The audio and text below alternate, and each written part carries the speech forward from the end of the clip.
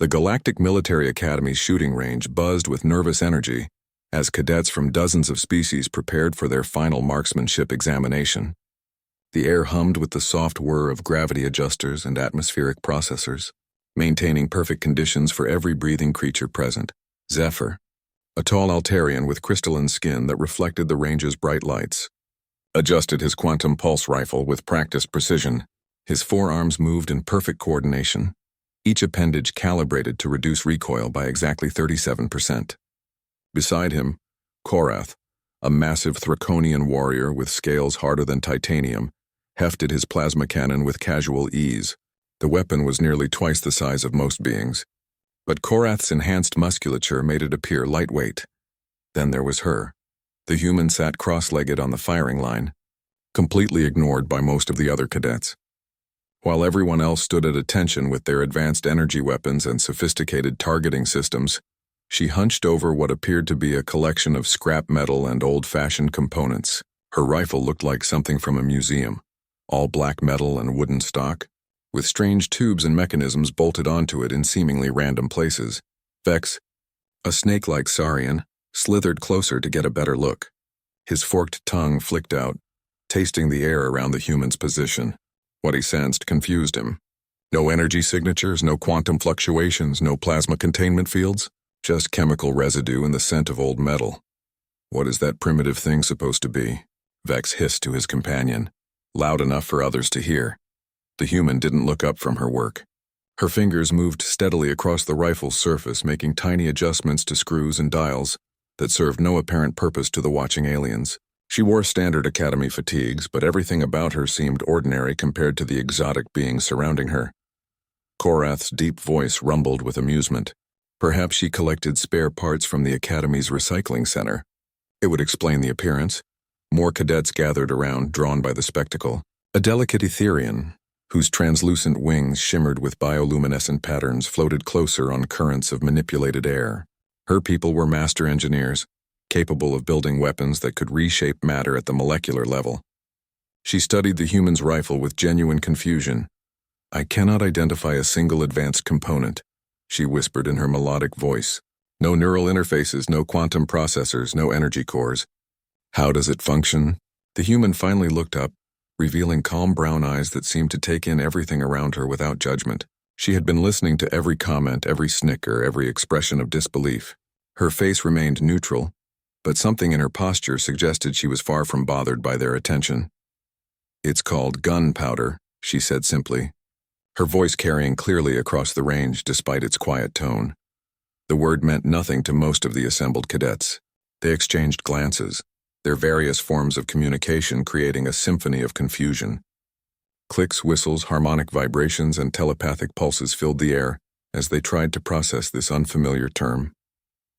Instructor Valdris emerged from the control booth, his tall frame commanding immediate attention. The Nexarian's silver skin gleamed under the lights, and his 6 eyes moved independently as he surveyed the gathering crowd. As one of the Academy's most respected marksmanship trainers, his word carried significant weight among the students. "Cadets, return to your positions," Valdris announced, his voice carrying the authority of someone who had trained countless graduates. "The examination begins in 5 standard minutes."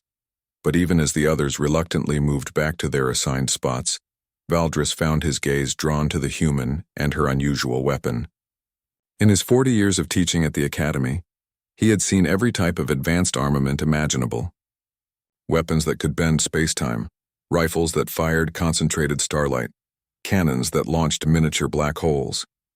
Yet something about the human's simple, mechanical device stirred a memory he couldn't quite place. The human resumed her preparations, completely unbothered by the continued stares and whispered comments.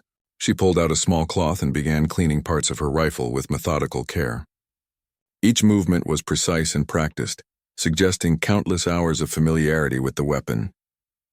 There was something almost ceremonial about the way she handled each component, as if the rifle were not just a tool but an extension of herself. As the final minute approached, the range fell silent except for the hum of charging energy weapons and the soft beeping of targeting computers coming online. The human set down her cleaning cloth and shouldered her rifle, settling into a prone position that looked both relaxed and deadly serious. The targets materialized at various distances, some moving, some stationary, all designed to test the limits of both weapon and wielder. Energy shields flickered to life around each target, requiring precise shots to penetrate. The difficulty level was set to challenge the most advanced weapons in the galaxy. Valdris raised his hand, preparing to signal the start of the examination. In the moment before he dropped it, he caught sight of the human's face through her rifle's scope. Her expression had changed completely. Gone was the quiet, unremarkable academy student. In her place was something far more focused, far more dangerous. For the first time in decades, Instructor Valdris felt a chill run down his spine as he remembered an old warning from his own academy days, whispered by instructors who had served in the Outer Rim conflicts. A warning about a species that had joined the Galactic Federation recently, bringing with them weapons and tactics that defied conventional understanding. His hand began to drop, signaling the start of the examination that would change everything the cadets thought they knew about warfare. The examination began with a thunderous symphony of energy discharges. Plasma bolts shrieked across the range, quantum pulses warped the air with their passage, and photon beams painted brilliant lines through the artificial atmosphere. The advanced targeting systems of the alien cadets hummed and beeped, calculating trajectories and adjusting for the complex physics of their exotic weapons. Zephyr's crystalline form sparkled as he unleashed a barrage from his quantum pulse rifle. The weapon's neural interface synchronized perfectly with his enhanced nervous system, allowing him to process targeting data faster than most organic beings could think. His shots struck their marks with mathematical precision, each pulse calculated to penetrate the energy shields at their weakest points. Korath's massive frame absorbed the tremendous recoil of his plasma cannon with barely a tremor. The Thraconian's enhanced physiology had been specifically evolved for warfare, and his weapon's devastating power could punch through starship hulls. His targets didn't just fall. They were completely obliterated, leaving only scattered particles in their wake. The Etherian cadet's rifle sang as it fired, literally. Her people's mastery of harmonic frequencies allowed her weapon to disrupt matter at the molecular level, creating hauntingly beautiful tones with each discharge. Her targets simply dissolved, their atomic bonds severed by precisely tuned vibrations. Amid this display of galactic firepower, the human remained motionless in her prone position. While energy weapons discharged around her with the fury of controlled stars, she lay perfectly still, her ancient rifle silent. The other cadets began to notice her in action, exchanging glances and telepathic messages of confusion. Has her primitive weapon malfunctioned? Vex hissed between his own shots, his tongue flicking out to taste the electromagnetic discharge in the air. The human's breathing had settled into a slow, rhythmic pattern. Her right eye was pressed against a simple glass scope, nothing more than precisely ground lenses held in a metal tube. No holographic displays, no quantum enhancement, no neural feedback. Just glass and human vision, trained on targets hundreds of meters away. Through her scope, she watched the other cadets' targets with the same attention they gave their own. She noted the energy shield patterns, the way they flickered and reformed after each impact. She observed the timing of the moving targets, their acceleration patterns, the subtle gravitational effects that influenced their paths. Most importantly, she waited. The first phase of the examination tested basic accuracy against stationary targets. The advanced weapon systems of her fellow cadets made quick work of these, their computer-assisted targeting eliminating any chance of error. Scores were uploaded to the central system in real time, showing impressive statistics that would have been impossible with older generation equipment. Still, the human waited. Instructor Valdris found himself dividing his attention between monitoring the examination and watching the motionless figure on lane 37. Her complete stillness was unnerving in a way he couldn't explain. Every other cadet was in constant motion, adjusting positions, recalibrating weapons, responding to the rapid-fire demands of the examination. But she remained as still as a statue, her breathing so controlled it was barely visible. The second phase began without warning, as moving targets suddenly appeared at varying distances and speeds. The change caught several cadets off guard, their targeting systems requiring precious seconds to recalibrate for the new parameters. Shots went wide as predictive algorithms struggled to account for the erratic movement patterns. This was when the human fired her first shot. The sound was unlike anything that had been heard. on the range in years. Not the clean hiss of plasma or the harmonic resonance of quantum discharge, but a sharp, violent crack that seemed to echo from somewhere primal and ancient. The chemical explosion of gunpowder created a brief flash and a cloud of smoke that drifted across her position. The sound was so unexpected that several cadets paused in their own firing, turning to locate its source. In that moment of distraction, they missed their own targets while the human's target, a fast-moving disk over 400 meters away, suddenly stopped moving and began falling toward the range floor. Valdris checked his monitoring screen, certain there had been an error. According to the sensors, the target's shield had not been penetrated by an energy weapon. Instead, something had punched a perfectly round hole straight through its center, completely bypassing the electromagnetic barrier as if it didn't exist. The human was already tracking her second target, a zigzagging cylinder that changed direction every few seconds. Her rifle moved smoothly, following the target's erratic path with mechanical precision. When she fired again, the same violent crack split the air, and another target dropped from the sky with a hole punched clean through its core. Zephyr's crystalline features reflected his confusion as he watched the human's performance through his peripheral sensors. His quantum rifle was equipped with predictive targeting that could calculate the probable position of moving objects several seconds into the future. Yet somehow, this primitive weapon was achieving the same results with none of the advanced technology. The third phase introduced multiple targets appearing simultaneously at random intervals. This was designed to test the rapid-fire capabilities of energy weapons and the multitasking abilities of their operators.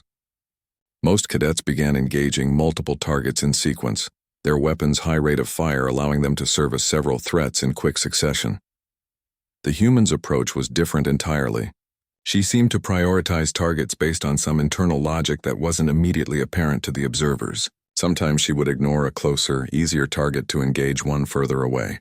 Sometimes she would wait several seconds before firing, allowing other targets to appear and disappear without engaging them at all. Yet every shot she fired found its mark. Every target she chose to engage fell with that same characteristic hole, punched straight through its center. Her accuracy was perfect, but more than that, her efficiency was becoming apparent. While other cadets expended dozens or hundreds of shots to clear their assigned targets, she fired sparingly, each shot deliberate and final. Korath, despite his concentration on his own examination, couldn't help but notice the pattern. The human wasn't just hitting her targets. She was selecting them with strategic intelligence that suggested a deeper understanding of the examination than any of them had realized. As the phase continued, a disturbing thought began to occur to the watching cadets. The human wasn't struggling with her primitive weapon. She was excelling with it. More than that, she seemed to be treating the entire examination as something far less challenging than they had assumed it would be. The fourth phase of the examination pushed the limits of even the most advanced weapon systems. Targets now appeared behind varying levels of cover, requiring shots through narrow windows of opportunity that lasted mere fractions of a second. Energy shields fluctuated at random intervals, creating brief moments of vulnerability that most targeting computers struggled to predict. Vex found himself falling behind for the first time in his academy career. His serpentine reflexes, enhanced by generations of predatory evolution, were failing to match the demands of the examination. His weapons targeting system provided data faster than most organic minds could process, but the constantly changing variables were overwhelming its predictive capabilities. The Etherian cadet's harmonic rifle began to show stress fractures as she pushed its frequency beyond recommended parameters. Her people's weapons were works of art as much as instruments of war, but the examination's demands were forcing her to sacrifice elegance for raw effectiveness.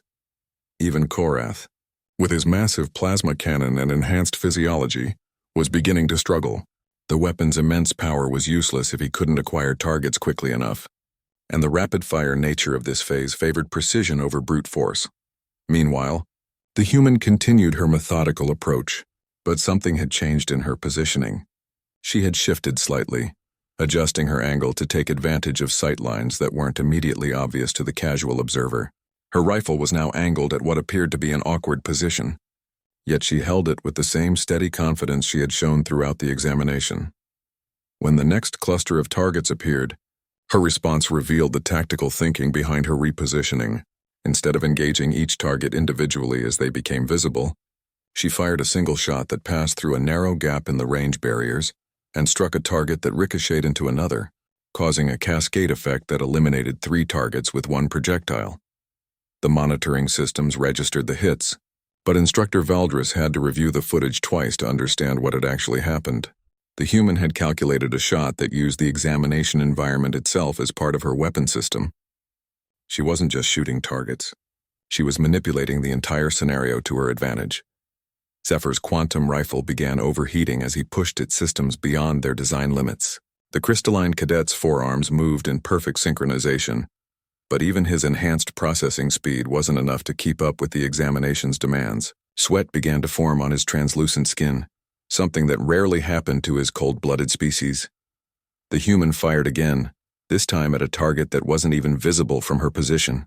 Her shot passed through a reflection panel that had been placed as an obstacle, using it as a mirror to reach a target hidden behind cover.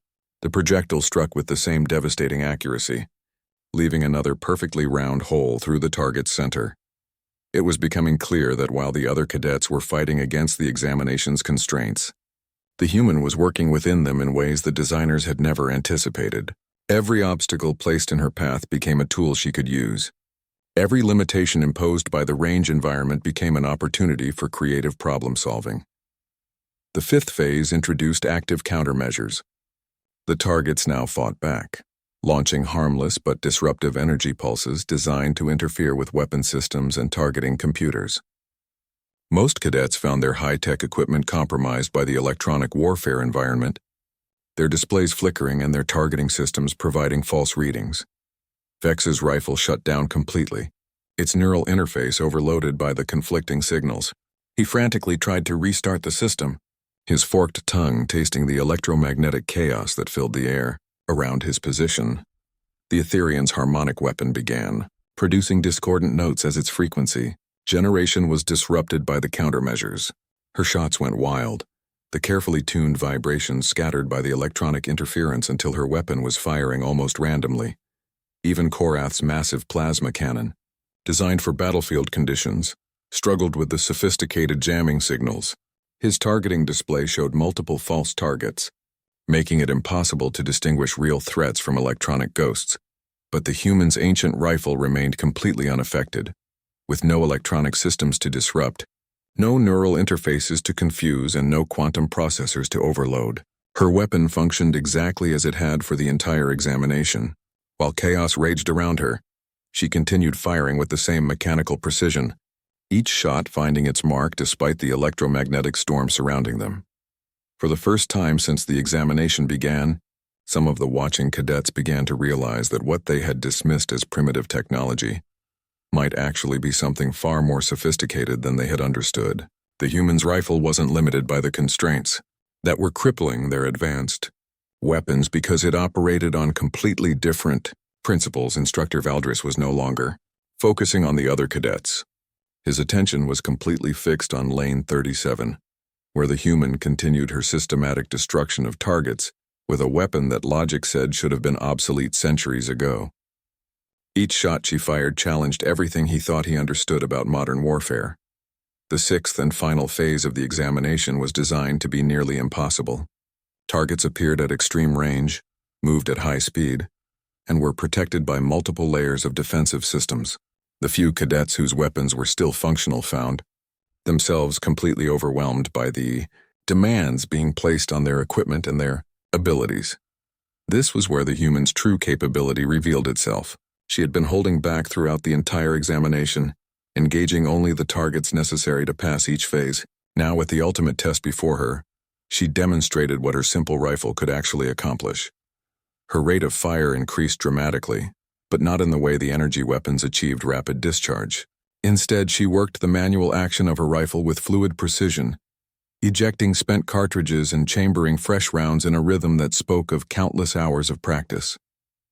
Each motion was economical and perfect, wasting no time or energy.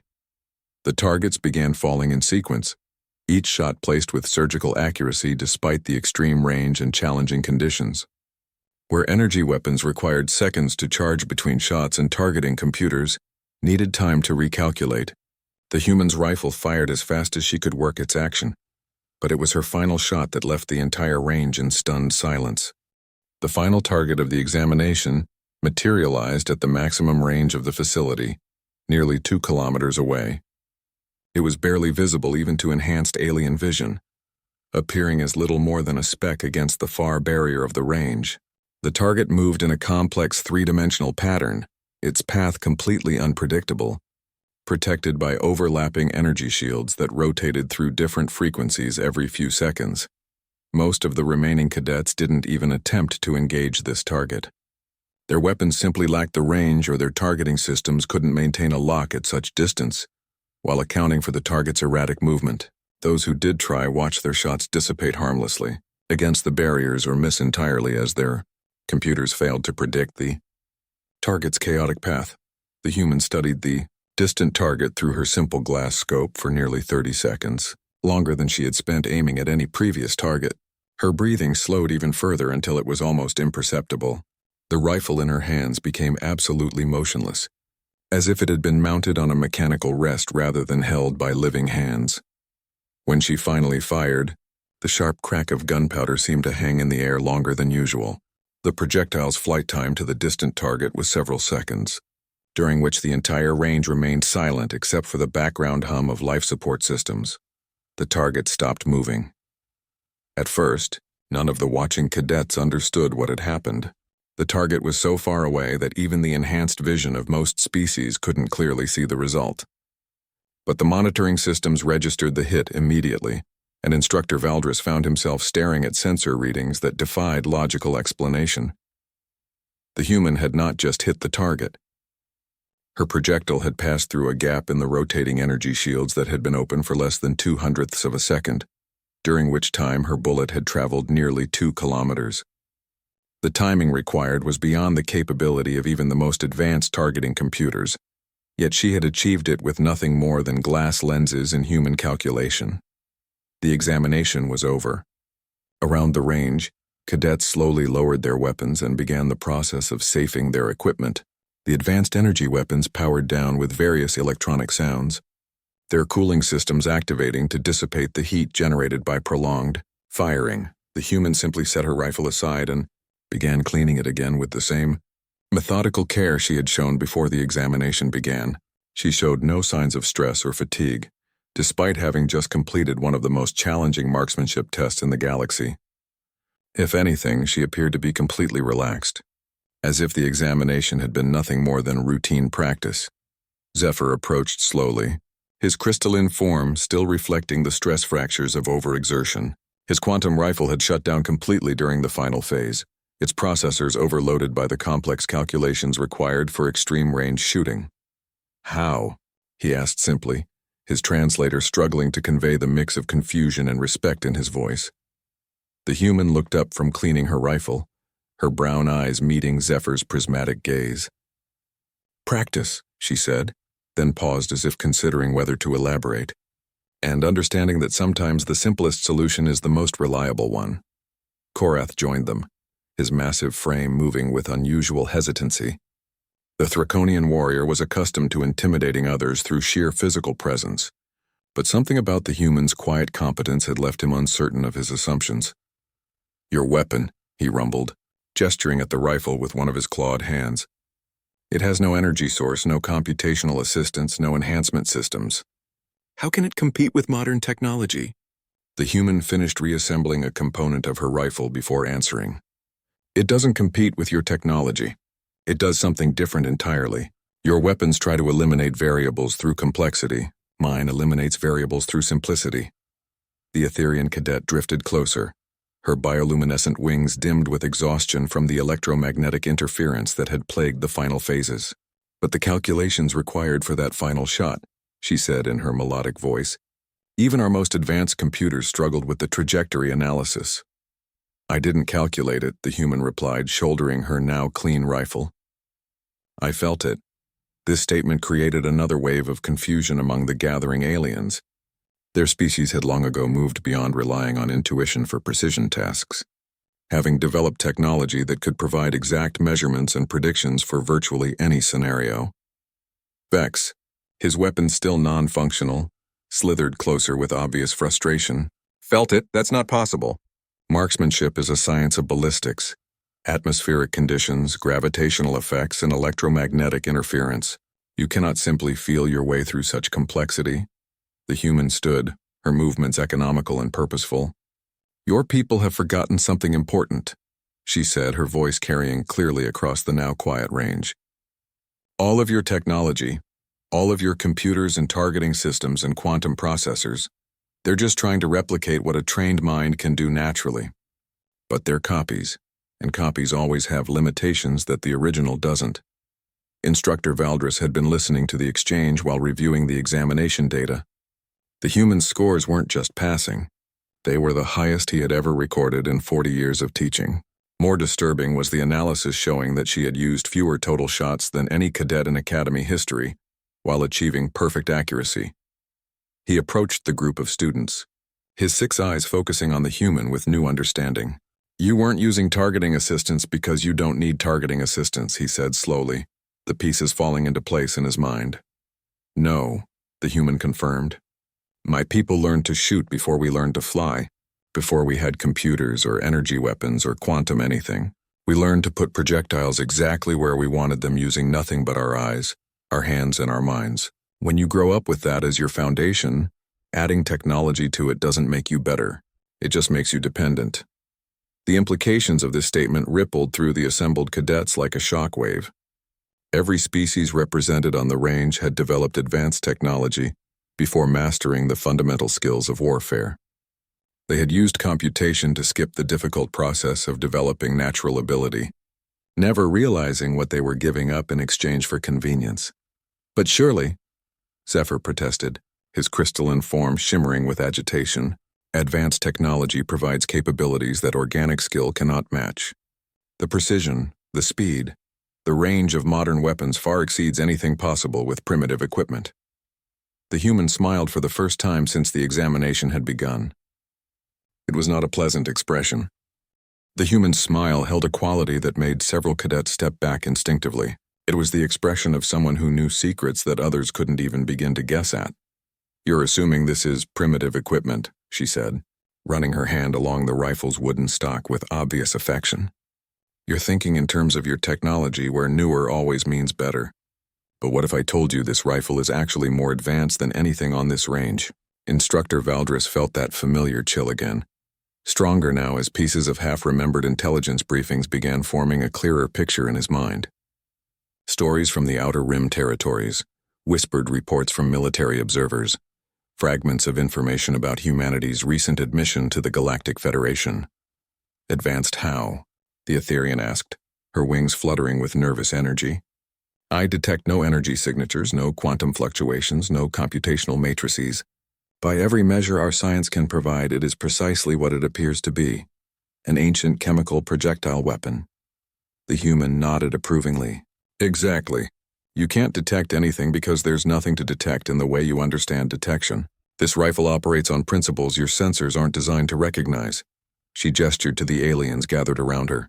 Every one of your weapons depends on energy manipulation, computational assistance, or technological enhancement. They work by imposing artificial control over natural forces. But what if instead of fighting against physics you learned to work with them so completely that you didn't need artificial assistance? Korath's massive brow furrowed as he tried to process this concept. You speak of physics as if it were a living thing. Natural forces are mathematical constants to be calculated and compensated for. Nothing more. To you, maybe, the human replied. But my people spent thousands of years learning to feel wind pressure, to sense humidity changes, to instinctively account for gravity drop and air resistance and a dozen other factors without conscious thought. We internalized the physics so completely that we became part of the equation rather than trying to solve it from the outside. The implications were staggering. Zephyr's quantum rifle could perform calculations that would take organic minds hours to complete, but it could only work with the variables it was programmed to consider. The human was suggesting that her mind was naturally processing variables that their technology couldn't even detect.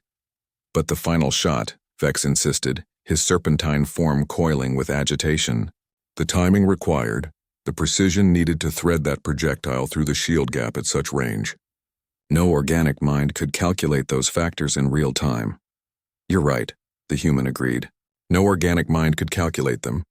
But calculation isn't the only way to solve problems. You can also recognize patterns, feel relationships between variables, and trust instincts developed through years of experience with physical systems. She looked around at the assembled aliens, noting their confusion and growing unease. Your targeting computers try to predict where a moving target will be by analyzing its current trajectory and velocity. But what if the target isn't following a predictable pattern? What if it's being controlled by an intelligent mind that deliberately avoids mathematical prediction? The question hit home with several cadets. Many of the examination's targets had indeed moved in ways designed to confuse computer prediction systems, using erratic patterns that defied algorithmic analysis. A trained human marksman doesn't try to predict where the target will be, she continued. We watch the target until we understand the mind controlling it. We learn to feel the rhythm of their decision-making, to anticipate their choices rather than their position. When you understand the intelligence behind the movement, you don't need to calculate trajectory. You know where they're going before they do. Instructor Valdris was no longer just listening. He was remembering fragments of reports from the Kepler conflict, where human advisors had achieved impossible results with equipment that galactic military analysts had dismissed as obsolete. Accounts of human soldiers accomplishing objectives that should have required entire companies using nothing but small unit tactics and weapons that predated energy technology. The stories had been filed away as exaggeration or misunderstanding. How could any species achieve superior results using inferior technology? It defied logical analysis, so it had been ignored. Now he was beginning to understand that the analysis itself had been flawed. You're saying, Korath rumbled slowly, that your people developed capabilities that our technology was designed to replace, but never actually achieved. Not replace, the human corrected. Replicate, but imperfectly. Your quantum rifles can calculate probability matrices faster than any organic mind, but they can't feel the microscopic air current that will deflect a projectile at extreme range. Your plasma weapons can deliver devastating firepower, but they can't adapt to unexpected situations without reprogramming. She picked up a spent cartridge from beside her position, holding up the simple brass cylinder for the others to examine. This cartridge contains a precisely measured amount of chemical propellant, calculated to deliver a specific projectile at a known velocity. The projectile itself is carefully shaped to maintain stability during flight and deliver maximum energy transfer on impact. The Etherian drifted closer, studying the cartridge with new interest. But surely our energy projection systems are more efficient than chemical combustion. Efficient at what? The human asked. Delivering energy? Yes, absolutely. But warfare isn't just about energy delivery. It's about putting that energy exactly where you need it when you need it there, regardless of electronic warfare, power system failures, or environmental conditions that your computers weren't programmed to handle. She gestured toward the disabled weapons scattered around the range. How many of your rifles are functional right now? How many were disabled by the electromagnetic countermeasures in the final phase? The uncomfortable silence that followed was answer enough. Nearly every advanced weapons system had been compromised to some degree by the examination's electronic warfare simulation. My rifle, the human continued, doesn't care about electromagnetic interference. It doesn't need power systems or quantum processors or harmonic generators. It works the same way in the vacuum of space as it does in a planetary atmosphere. The same way during a solar flare as it does in perfect conditions. Vex's forked tongue flicked out nervously. But surely the trade-offs in capability. What trade-offs? The human interrupted. Range? I just hit a target at 2 kilometers. Accuracy? I haven't missed a shot. Rate of fire? She demonstrated the rifle's manual action, working the bolt with fluid speed. I can fire as fast as I can aim, limited only by my skill rather than charging cycles or cooling periods. The demonstration was becoming increasingly uncomfortable for the watching aliens. Everything they thought they understood about technological advancement was being challenged by a simple weapon that shouldn't have been able to compete with their sophisticated systems. But it wasn't just competing, it was dominating. Instructor Valdris finally stepped forward, his voice carrying the weight of realization. Cadets, I believe there's something you need to understand about our human colleague and her people. Instructor Valdris's 6 eyes focused entirely on the human, as suppressed memories finally crystallized into understanding. His voice dropped to barely above a whisper, but in the sudden silence of the range, every word carried with perfect clarity. "You're from the death world." The alien cadets looked confused by this term, but the human's expression didn't change. If anything, she seemed slightly amused by the instructor's revelation. "Death world?" Zephyr asked, his crystalline form shimmering with confusion. "What is a death world?" Valdris continued staring at the human as he answered. "It's what the military classifications call planets where the evolution of intelligent life should have been impossible. Worlds so hostile, so dangerous, so completely unforgiving that any species developing there would either go extinct or become something the galaxy had never seen before." He began pacing, his earlier composure cracking as the implications became clear. Earth, Sol 3, classified as a Class 12 death world by the Galactic Survey Corps. "We thought the classification was an error when humanity applied for Federation membership. No intelligent species could possibly evolve under those conditions." The human finally spoke, her voice carrying a note of dark humor. "What conditions exactly concern you, instructor?" "Everything." Valdris's voice cracked with strain. "Your planet's gravity is 3 times galactic average. Your atmosphere is nearly 21% oxygen, making it so chemically reactive that most materials spontaneously combust. Your world is bombarded by radiation that would be lethal to most species." He stopped pacing and faced the assembled cadets directly. "But that's not the worst part. The worst part is the predators. Earth's evolutionary history is one of constant warfare between species. Every creature that survived did so by becoming better at killing than everything else around it." Korath's massive frame seemed to shrink as he processed this information. His people were considered among the most physically powerful in the galaxy, but they had evolved on a world with manageable gravity and a peaceful ecosystem where cooperation was favored over conflict. "Your people," Valdris continued, his voice gaining strength as the full picture became clear, "didn't just survive in that environment. They dominated it so completely that they eliminated or domesticated every other predator on the planet. They became the apex predator of a world that specializes in creating apex predators."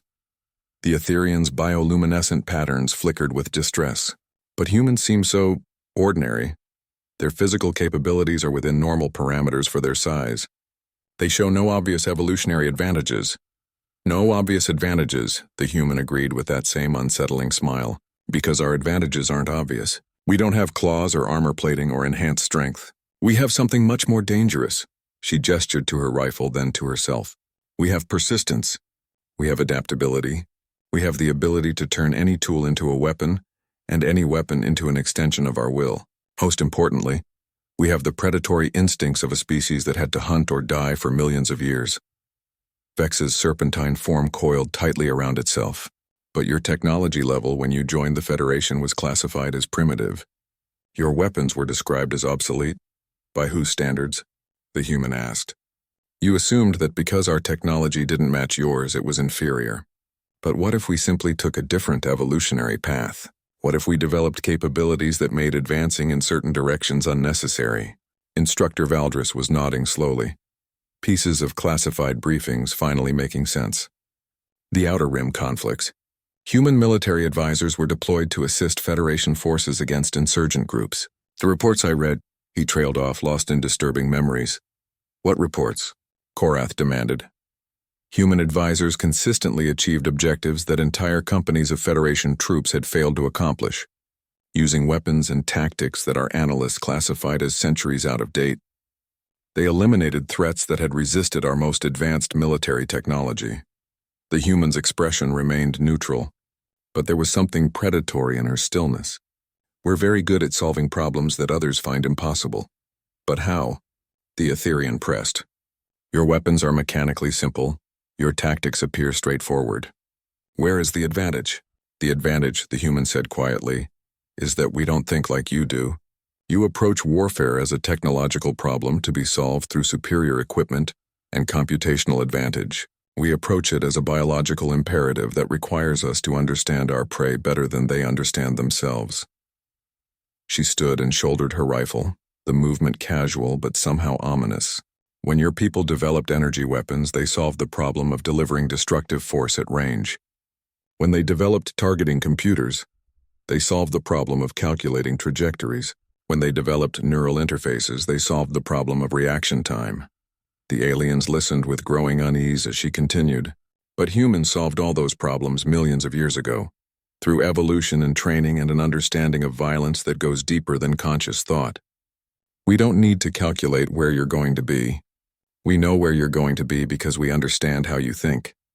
Zephyr's crystalline form was now completely colorless with stress. You're describing predation, not warfare. What's the difference? The human asked with genuine curiosity. The question hung in the air like a physical weight. Around the range, the alien cadets were beginning to understand that they had been thinking about the examination, about warfare, about violence itself, in completely wrong terms. Every species in the Federation developed intelligence first, then adapted it to conflict when necessary, Valdris said slowly, working through the implications. But humans developed as predators first, then developed intelligence as a hunting tool. Your entire cognitive evolution was shaped by the need to kill things that didn't want to die. Efficiently, the human corrected, with minimal risk and maximum success rate. Bad hunters don't pass on their genes. She looked around at the faces staring at her with new understanding and perhaps a touch of fear. You've spent centuries developing technology that lets you avoid understanding violence. We spent millions of years becoming violence, so completely that we could teach it to a piece of metal and wood. The final pieces of the puzzle fell into place for Instructor Valdris. The reports from the Outer Rim weren't exaggerations. The impossible tactical successes weren't flukes. Humanity hadn't been given advanced military technology because they didn't need it. Their entire species was advanced military technology. The laughing, he said suddenly, remembering something from the beginning of the examination. When the cadets saw your rifle, they laughed. The human nodded. They thought it was funny that I brought such a simple weapon to compete with their advanced systems. But you weren't competing with their systems, Valdris realized. You were hunting them. The human's smile returned, but now it carried a different meaning entirely. Instructor, when a human brings a rifle to an examination, we're not there to prove our marksmanship. We're there to demonstrate that your most advanced defenses can't stop the simplest application of human intention. She began walking toward the range exit, then paused to look back at the stunned aliens. The examination was never about hitting targets. It was about showing you what we are when we decide something needs to die. As her footsteps echoed away down the corridor, Instructor Valdris found himself staring at the scoring display that showed her perfect results. In 40 years of teaching, he had never seen anything like it. More disturbing was the realization that she had been holding back the entire time, showing them only what they needed to see to understand the truth about humanity's place in the galaxy. They weren't just another member species of the Federation. They were the species the Federation called when something absolutely had to die.